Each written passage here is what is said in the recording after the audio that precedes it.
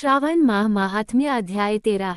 हर हर महादेव। दोस्तों, आपका दिन मंगलमय हो। प्रभु की कृपा सदैव आप पर बनी रहे। दूर्वा गणपति व्रत विधान। सनत कुमार बोले, हे भगवान, किस व्रत के द्वारा अतुलनीय सौभाग्य प्राप्त होता है और मनुष्य पुत्र, पौत्र, धन, ऐश्वर्य तथा सुख प्राप्त करता है। हे महादेव, व्रतों में उत्तम उस व्रत को आप मुझे बताएं। ईश्वर बोले, हे सनत कुमार, तीनों लोकों में विख्यात दूर्वा गणपति व्रत है। सर्वप्रथम भगवती पार्वती ने श्रद्धा के साथ इस व्रत को किया था। हे मुनिसुतम, इसी प्रकार पूर्व में सरस्वती, महेंद्र, विष्णु, कुबेर, अन्य देवता, मुनिजन, गंधर्व, किन्नर, इन सभी ने भी इस व्रत को किया था। श्रावण मास की शुक्ल पक्ष की शुद्ध व महापुण्यदायिनी चतुर्थी तिथि को इस व्रत को करना चाहिए, क्योंकि उसी दिन सभी पाप समूह का नाश हो जाएगा।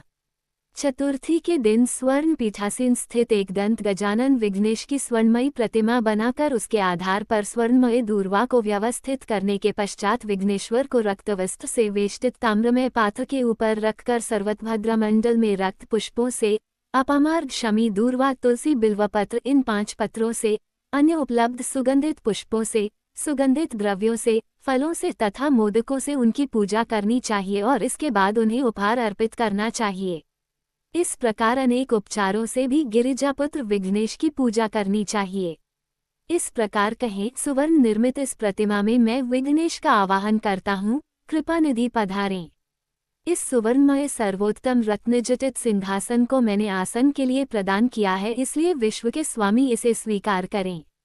हे उमासुत, आपको नमस्कार है। हे विश्वव्यापिन, हे सनातन, मेरे समस्त कष्टों को आप नष्ट कर दें। मैं आपको पाद्य समर्पित करता हूँ। गणेश्वर, देव, उमापुत्र तथा मंगल का विधान करने वाले को ये अर्घ्य प्रदान करता हूँ। हे भगवान, आप मेरे इस अर्घ्य को स्वीकार करें। विनायक, शूर तथा वर प्रदान करने वाले को नमस्कार है, नमस्कार है। मैं आपको यह अर्घ्य समर्पित करता हूँ, इसे ग्रहण करें। मैंने गंगा आदि सभी तीर्थों से प्रार्थनापूर्वक ये जल प्राप्त किया है। हे सुरपुंगव, आपके स्नान के लिए मेरे द्वारा प्रदत्त इस जल को स्वीकार कीजिए। सिंदूर से चित्रित तथा कुमकुम से रंगा हुआ ये वस्त्रयुग्म आपको दिया गया है, आप इसे ग्रहण करें। लंबोदर तथा सभी विघ्नों का नाश करने वाले देवता को नमस्कार है। उमा के शरीर के मल से आविर्भूत है गणेश जी, आप इस चंदन को स्वीकार करें। हे सुरश्रेष्ठ, मैंने भक्ति के साथ आपको रक्त चंदन से मिश्रित अक्षत अर्पण किया है। हे सुरसुतम, आप इसे स्वीकार करें। मैं चंपा के पुष्पों, केतकी के पत्रों तथा जपाकुसुम के पुष्पों से गौरी पुत्र की पूजा करता हूँ, आप मेरे ऊपर प्रसन्न हो। सभी लोगों पर अनुग्रह करने तथा दानवों का वध करने के लिए स्कंद गुरु के रूप में अवतार ग्रहण करने वाले आप प्रसन्नतापूर्वक ये धूप लीजिए। परम ज्योति प्रकाशित करने वाले तथा सभी सिद्धियों को देने वाले आप महादेव पुत्र को मैं दीप अर्पण करता हूँ, आपको नमस्कार है। इसके बाद गणानात्वा, इस मंत्र से मोदक, 4 प्रकार के अन्न, पायस तथा लड्डू आदि का नैवेद्य अर्पण करें। मैं आपकी मुख शुद्धि के लिए आदरपूर्वक कपूर, इलायची तथा नागवल्ली के दल से युक्त तांबूल आपको प्रदान करता हूँ। हिरण्यगर्भ के गर्भ में स्थित अग्नि के सुवर्ण बीज को मैं दक्षिणा रूप में आपको प्रदान करता हूँ, अतः आप मुझे शांति प्रदान कीजिए। हे गणेश्वर, हे गणाध्यक्ष, हे गौरीपुत्र, हे गजानन, हे एभानन, आपकी कृपा से मेरा व्रत पूर्ण हो। इस प्रकार अपने सामर्थ्य के अनुसार विघ्नेश का विधिवत पूजन करके उपस्कर निवेदित सामग्री सहित गणाध्यक्ष को आचार्य के लिए अर्पण कर देना चाहिए।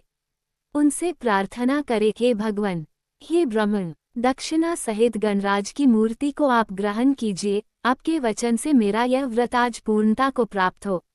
जो मनुष्य 5 वर्ष तक इस प्रकार व्रत करके उद्यापन करता है, वह वांछित मनोरथों को प्राप्त करता है और देहांत के बाद शिवलोक को जाता है, अथवा 3 वर्ष तक जो इस व्रत को करता है वह सभी सिद्धियां प्राप्त करता है।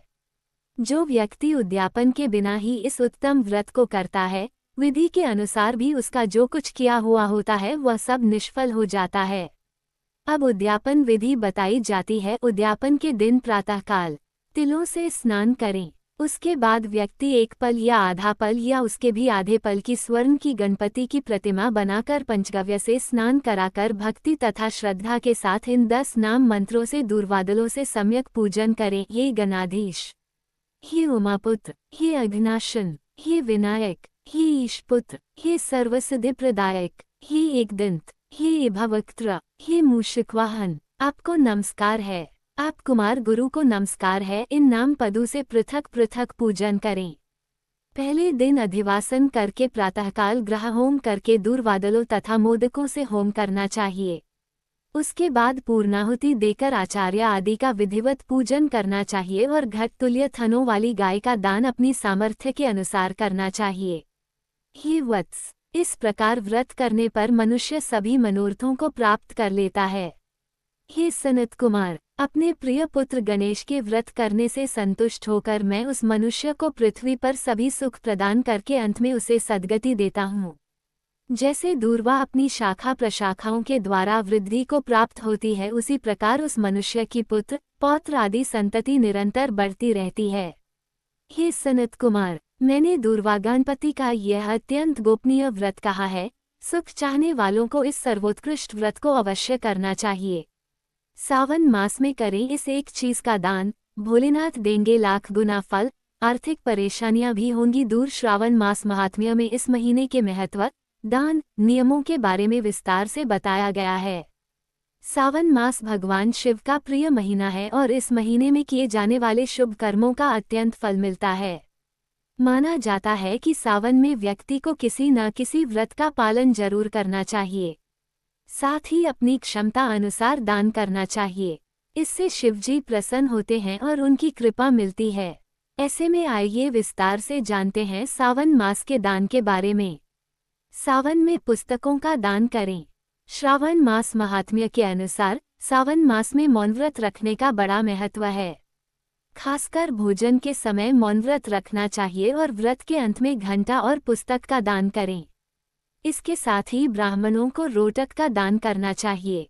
केला, नारियल, खजूर, काकड़ी, नारंगी, नींबू समेत अन्य ऋतु फल के दान करने का बड़ा महत्व है।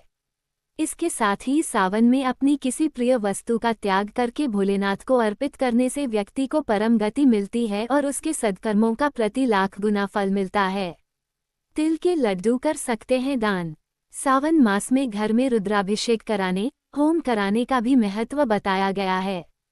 इसके साथ ही क्षमता अनुसार ब्राह्मणों को भोज कराना चाहिए। नागों का पूजन करना चाहिए। उनके नाम से दूध आदि का दान करना चाहिए। इसके अलावा तिल के लड्डुओं को भगवान को अर्पित करने के बाद इनका दान करना चाहिए। सावन में खीर या तिल से गायत्री मंत्र, मूल मंत्र या शिव सहस्रनाम मंत्रों से घर में होम कराना चाहिए। जिस भी मंत्र से पूजा की गई है उससे ही पूर्णाहुति डालनी चाहिए।